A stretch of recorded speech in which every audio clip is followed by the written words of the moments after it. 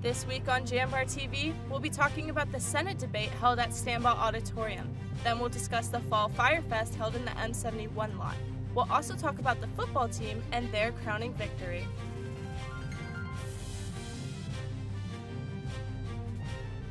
Hello, and welcome into Jambar TV. I'm Caitlin McCarthy. And I'm Elizabeth Koss. We both had a chance to go to the Senate debate on Monday with J.D. Vance and Tim Ryan. Betty, do you want to tell us about that? That's right, Caitlin. As midterm elections near, this debate helped give voters a feel for both candidates' beliefs prior to November 8th Election Day. On October 17th, tensions flared between senatorial candidates in Stambaugh Auditorium. Both candidates faced hard-hitting questions and struggled to find common ground throughout the night. Hosted by 21 WFMJ, candidates debated for 1 hour on a variety of controversial topics in and outside of Ohio. Democratic candidate Tim Ryan squared off against Republican candidate J.D. Vance on topics ranging from abortion, gun reform, immigration, and inflation. Ryan took a more pro-abortion stance while Vance disagreed with allowing abortions in every case, but rather only on an exception base. You cannot say with total confidence what every single exception in every single case is going to be. And let me offer just a specific example here. So I know a lot of pro-life people. I know people who've been pro-life since before I was born. One of the things they will tell you is they support an exception in the case of incest, for example. I've heard a number of pro-life people say that. But an incest exception looks different at 3 weeks of pregnancy versus 39 weeks of pregnancy. So I actually don't think that you can say on a debate stage every single thing that you're going to vote for when it comes to an abortion piece of legislation. Ryan disagreed with Vance's statements on the Inflation Reduction Act harming the economy and stated it's personally helped the Valley. I put the natural gas provisions in the Inflation Reduction Act. I was the one who made sure we had all of the investments in electric vehicles in the Inflation Reduction Act. Do you not see what's happening out at Lordstown? We have 4 vehicles out there. A truck, 2 cars, and a tractor. We have a battery plant across the street that was $2.3 billion investment. To watch the complete debate, you can visit 21 WFMJ's YouTube channel. Reporting for the Jambar, I'm Elizabeth Koss. YSU students took part in a day of discourse held by the Ohio Debate Commission. The day included roundtable discussions where students collaborated together on sets of questions for the gubernatorial and senatorial candidates running for Ohio. Zaylee Zielinski, senior graphics design major, shares her favorite part of the day and her table's question. It was super informative. It was really interesting to see what other universities had for communication just overall, and political communication more specifically. I think hearing from everyone who is a professional in the field of political communication definitely is my favorite part. The Ohio Debate Commission hopes that the students see the importance of getting together with communities to discuss the pros and cons going on in the students' communities. I hope that individuals will take home a little bit of that spirit to engage others in a conversation about what's good about the community, what they would like to continue happening within our community, things that they would like to stop or change. The event came up with over 40 questions for the gubernatorial candidates. For more information on the Ohio Debate Commission can be found on their website.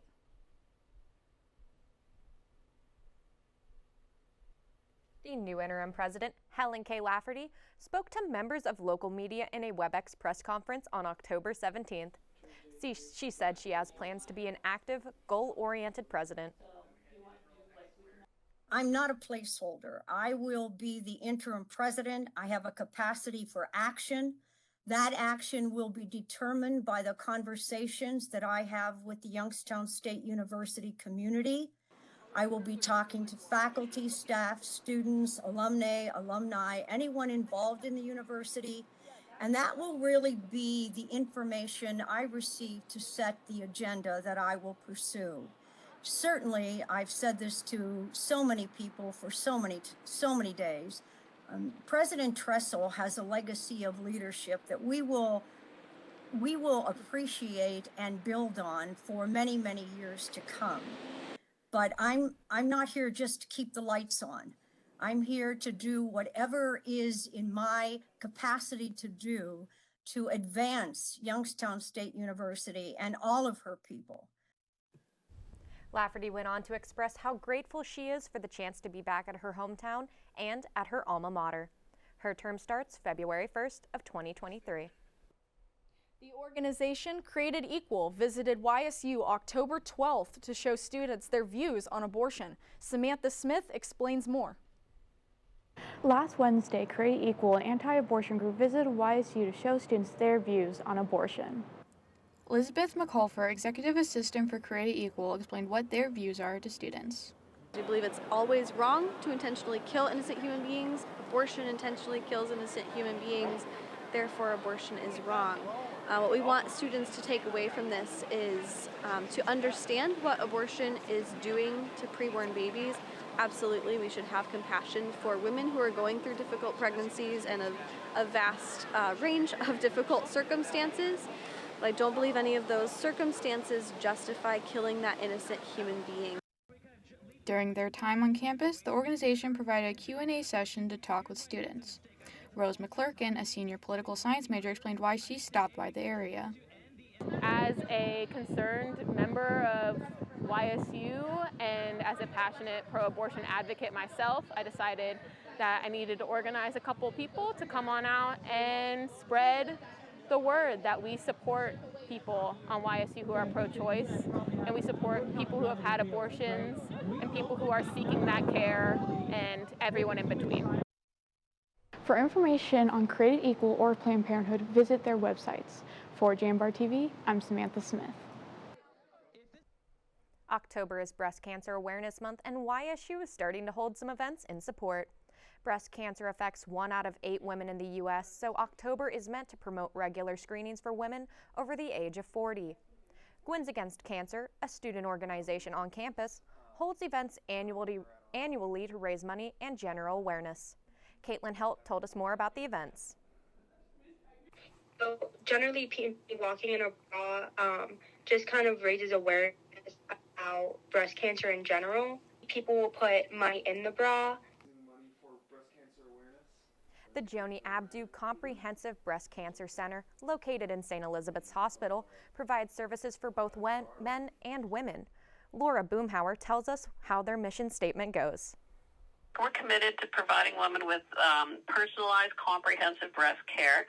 And part of our mission, our screening services, we use the most advanced technology, and we try to meet or exceed the national standards for patient care and provide rapid results so we can reduce anxiety for women. For more information on their services and breast cancer awareness, visit Joni Abdu's website. Sobe Thermal Energy Solutions has plans to turn the downtown Youngstown plant into a plastic and rubber conversion fuel plant. Jambar reporter Natalie Lasky has more details on the story. The Sobe plant plans to recycle rubber and plastic into a gaseous state. YSU is looking to switch from its current steam plant on campus to Sobe's plant. Associate Vice President of Facility Maintenance John Hayden explains YSU's plans. Currently, we're generating our own steam. The way our plant's set up, because we were previously purchasing steam from the old Youngstown Thermal, we did some very minor piping modifications to make our own steam. We would just reverse those piping modifications to buy steam from Sobe Energy, and in the event that for some reason they couldn't or we chose to not take their steam any longer, we would just put those piping modifications back in place. It would take us a day or so to do that, and we could fire our boilers back up and generate our own steam. So we have a really, really good backstop. Some community members want Sobe to leave Youngstown because of potential for disasters that could impact the city and YSU. If, God forbid, there's a game of YSU in this goes on, those people aren't wearing SCBA, so they're sucking all this stuff in. David Farrow, CEO of Sobe Thermal Energy Solutions, wants Youngstown to know that he is willing to work with the city and its community. So there'll be a time for me to learn, and that's when I'm going to learn what your concerns are, which I think I know most, but I don't want to assume. And then I'm going to teach you why those concerns aren't real in our situation. And I hope through that process, if we teach and learn together, that we can dissolve and resolve our differences, right? And we do that through education. For more information on Sobe or the concerned citizens, go to their website. This is Natalie Lasky for Jambar TV. After years of moving around, the Penguin Pantry has found a new home. Previously located on the second floor of Kilcawley Center, the Penguin Pantry was moved to room 1405 in Cushwa Hall this past September. Stephanie Baker, a caseworker in the Office of the Dean of Students, explained the choice to move the pantry to Cushwa Hall.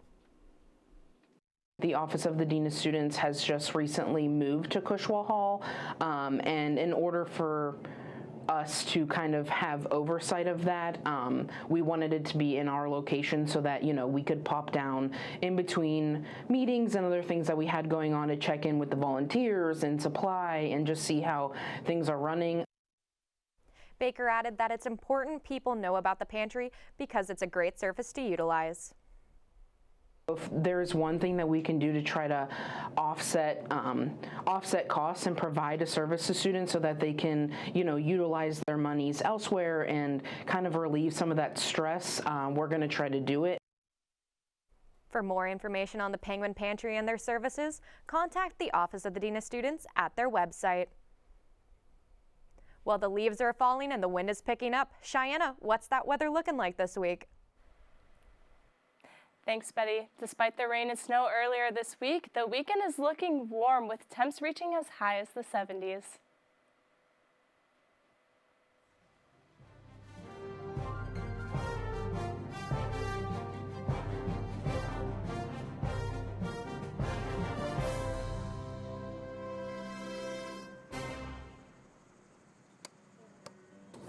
The communication department is much more than media or delivering a speech. The YSU Communication Department offers programs in telecommunication, journalism, and communication studies. We inspire creativity. We encourage each student's passion. We explore new and advanced technologies that connect the human race. The communication programs at YSU ensure that every student is prepared and experienced for the outside workforce, for life after YSU. Join the Jambar and find your voice when you tell the next big story. Become a host of Rookery Radio and gain hands-on experience, or get involved with TV productions like Light the Wick, Penguin Rundown, and Jambar TV. YSU's Communication Department is much more than a department, an education, or a degree. It's a home for passionate individuals, for students to find and pursue what they love.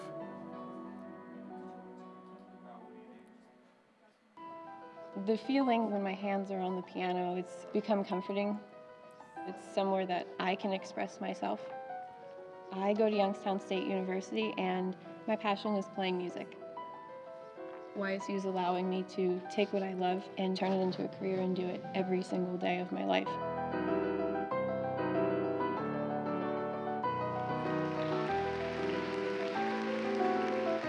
I'm Alyssa and I'm YN proud.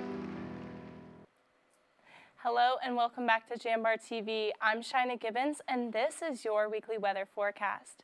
Today is our nicest day of our week by far, a good change from the gloomy cloud weather. The chance for rain is just 2% with the occasional clouds in the sky. Tonight the conditions won't change much besides the clouds leaving the valley. Saturday will be our sunniest day with only a 4% of chance for rain during the day. By nightfall, we'll see more clouds move into the valley with a slight increase for the chance of rain. Sunday will be partly cloudy, but the chance for rain remains at 14%. Sunday night, the conditions won't change much. Now, let's take a look at my 4-day forecast. Friday is our coldest day of the week. The high will only reach 61, then drop to 44 by night. Saturday, the high will increase to 70, then drop to 47 at night. Sunday, the high will be 71, the low will drop to 47. Monday will be our warmest day, reaching 73 degrees in the day, then drop to 51, sorry. That's it for this week's weather forecast, but you'll want to stay tuned because Austin Caroline will be in the studio with the latest Students Life.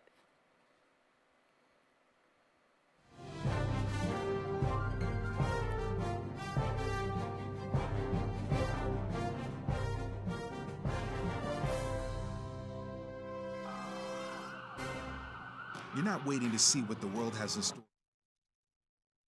What you have in store for the world. All you need is the opportunity.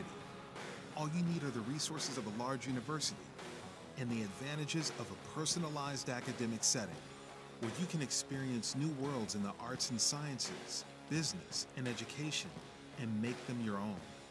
We are where you shape your future. We are Youngstown State University and proud.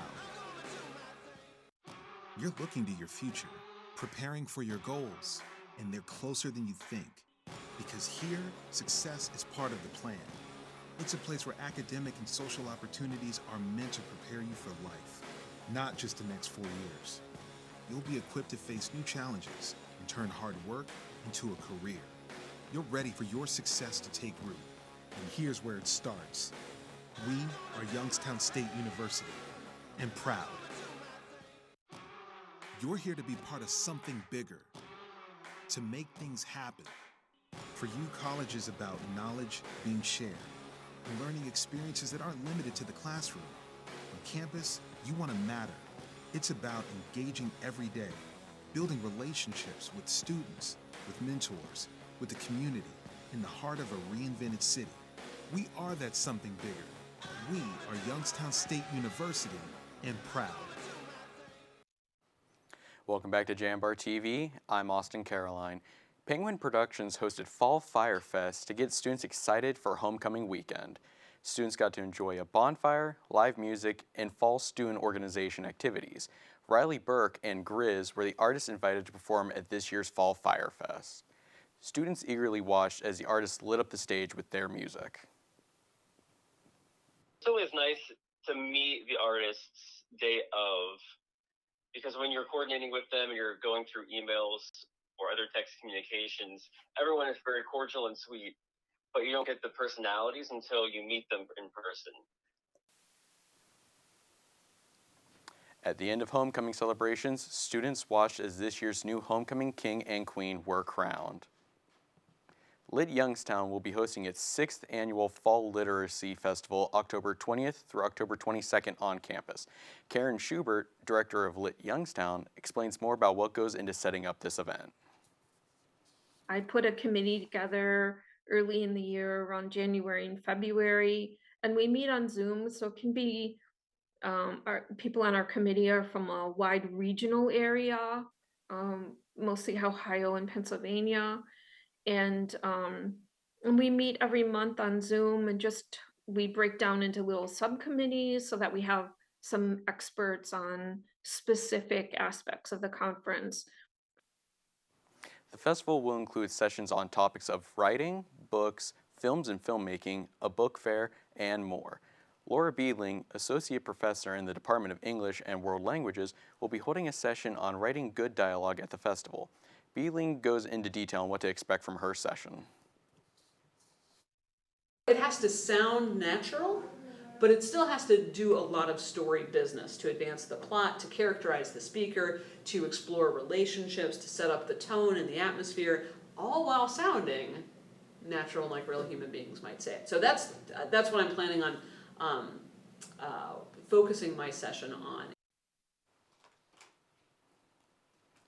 The festival is free and open to all students and those interested in attending. For more information on Lit Youngstown and the Fall Literary Festival, visit Lit Youngstown's website. Last Wednesday, October 12th, the Dana Symphony Orchestra held its first concert of the season downtown in Powers Auditorium. The orchestra played a chamber version of The Planets by Gustav Holst. Second horn player Katie Berlin talked about her excitement for the concert and the work she put into it. I'm most excited for the fourth movement, Jupiter, because it has a really great horn part, and I'm really excited to play it tonight. But really, I'm just excited for everyone to see the work that the orchestra has put in to put on this great program. There's countless hours of practice that it took us to get here, so it's really a culmination of everybody's individual musicianship.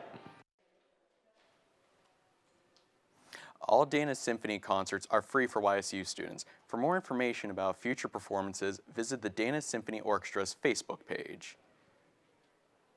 Stay tuned, because after the break, Cameron Stubbs will be discussing the football team's win and bowling season opener.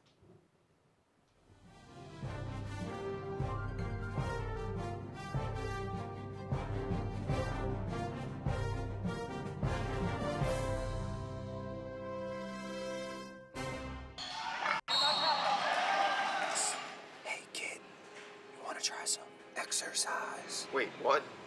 What's going on right now? Yeah, man, exercise. I don't know. I don't know if I should be talking to you right now. It's got lots of benefits. Okay. The benefits of exercise include increased levels of energy, higher quality of sleep, better muscle and bone strength, improved memory, and clearer skin. Growing up, I love figuring out how things work, putting things together. I love being able to come up with an idea, design it, just the whole process of creating things. I go to school here at Youngstown State, and my passion is 3D design. I chose YSU because all the equipment, the research being done here, it's like a playground for me. I'm Alex, and I'm Y and proud. Welcome back to Jambar TV. I'm Cameron Stubbs. Following 3 straight losses, the football team returned to the winning column against Indiana State during the homecoming game at Stambaugh Stadium. It was a back-and-forth contest with both offenses hot from the first play of the game. Indiana State took an early 7-0 lead after a 75-yard run on the opening play, but YSU responded as junior Mitch Davidson completed a 50-yard touchdown pass to junior Bryce Oliver. In hopes to break their 3-game losing skid, the YSU football team plays host to Indiana State University October 15th here at the Ice Castle for this week's homecoming game. It was a back-and-forth contest with both offenses hot from the first play of the game. Indiana State took an early 7-0 lead after a 75-yard run on the opening play. YSU responded as junior Mitch Davidson completed this 50-yard touchdown pass to junior Bryce Oliver. With the score tied at 21, senior Jaleel McLaughlin gave the Penguins the lead with this 68-yard rushing score. Both teams went into the locker room at half with the score 35-28, and at intermission was the announcement of the homecoming king and queen. The Penguins started the second half by scoring on their opening drive along with a field goal to add to their lead 45-28. Indiana State responded with 14 unanswered points, but a Colt McFadden field goal set the score 48-42. The Sycamores had one final drive to tie the game, but a turnover on downs sealed the victory for the Penguins. With Indiana State having one last drive to win the game, senior James Jackson said the defense needed to play with discipline to seal the victory. I was telling everybody, just don't do anything stupid, no flags, no offsides, pass interference, anything like that. And then we knew they were going to have to pass the ball, so we just knew we had to end the game up front. McLaughlin finished the game with 200 rushing yards and 2 touchdowns, while Davidson completed 14 of his 25 passes for 223 yards and a score. Jackson had a great day on defense, forcing his way into the backfield numerous times to record 3 sacks. McLaughlin said emotions ran high all week leading into the game. We wanted to win really, really bad. Going into the game, coming in on Sunday after last Sunday, we're already focused. Hey, we need this game. We literally need this game, not only for us but for the fans and for the people of Youngstown. So we definitely, made it. It was very emotional for us to actually go out there and put everything we can into this game, and that's what we tried to do. The football team will continue its season next week, October 22nd, when they take on Western Illinois on the road at 4 p.m. For Jambar TV, I'm Kyle Wills. Thanks, Kyle. With only 2 games left in the season for the women's soccer team, the fight for a spot in the Horizon League playoffs is in full swing. Riding a 3-game winning streak, Youngstown State traveled to Cleveland, Ohio, October 16th to take on Cleveland State University ending the team's winning streak 4-2. Going into the second half, the Vikings had a commanding 3-0 lead, but senior Michaela Mustard started a comeback for YSU by finding the back of the net for her first career goal. Senior Reagan Lavinia also added a goal, trimming the deficit 3-2. Head coach Brian Schrum was pleased with how the team was able to rally together to form a comeback in the last minute. It's unfortunate. It's tough to play on the road. Cleveland's a good team. They're well coached, and they capitalized on some errors that we didn't expect. A couple of turnovers in the back that caused a couple of those goals. With the loss, the Penguins fall to 7-5-3 overall and 3-3-2 in the Horizon League. The soccer team is back in action at home for Senior Day against IUPUI October 22nd at 1 p.m. The bowling team rolled into their season as they hosted the Motive Penguin Classic at Holiday Bowl in Struthers. The Penguins came into the tournament ranked number 9 in the nation and put up a strong performance throughout the 3-day event. Day 1 saw 2 of the Penguins go 4-1 on each day as they handled a slew of teams. Junior Madison Marks took over on Day 2 as she bowled 9 straight strikes in a 3-15 pen win over Wright State, the 4th best performance in school history. The Penguins headed into Day 3 with a record of 8-2 for the tournament. After winning 2 more matches on Day 3, the Penguins fell to the Cornhuskers in the championship match 221-165, while finishing as runner-up. Key during the performance, and head coach Doug Kuberski says that's one of the team's main goals. Really just being consistent. I think we had waves of greatness last year, but I want us to maintain that throughout the year. So I think just A, being more consistent, B, being better communicators, and if we do that, we're going to do some damage. Up next, the bowling team will travel to Coram, New York to participate in the Desi Strong Classic October 28th through the 30th. Stay up to date on all strikes and spares on ysusports.com. The volleyball team lost 2 back-to-back matches while on their 3-match road set. The Penguins first traveled to Wright State Friday, where they lost in straight sets. Sophomore Paula Gershing led the team with 10 kills. However, the Raiders locked down Gershing, forcing her into 10 attack errors. Senior Josie Borum and freshman Abby Householder both had 6 kills. Householder also had a team-high 13 digs. The Penguins then traveled to Northern Kentucky October 15th, where they fought hard before falling in 5 sets. Gershing broke her own record of 31 kills and set 2 new records with 35 kills on 87 attempts. Borum continues to lead Division I in triple doubles as she posted 15 kills, 31 assists, and 13 digs. Senior Isadora Sizic led the team with 29 digs.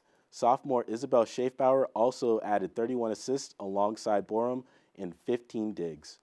Borum gave her remarks on what the team needed to do before they headed to Oakland. I think we just have to learn and let go and take it forward with all that we learned from those past 2 games. And that'll kind of help us tomorrow because we know what we need to do. And since we've already played Oakland once, I think we have a better understanding of what we need to do.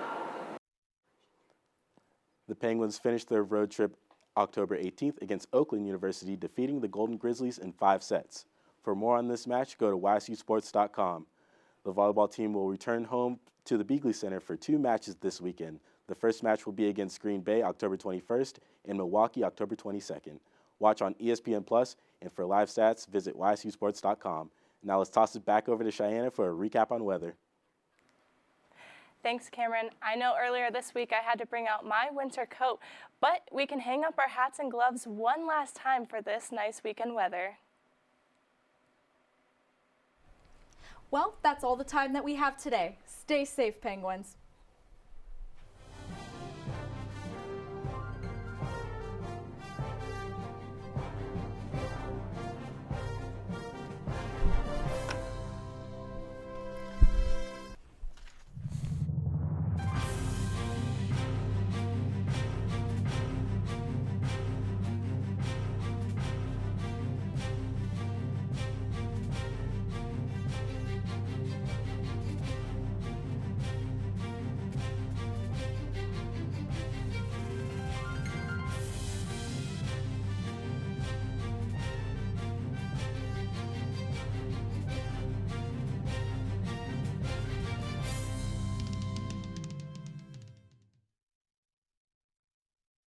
Support for Jambar TV is provided in part by the YSU Foundation and the Jane F. Lamb Charitable Foundation.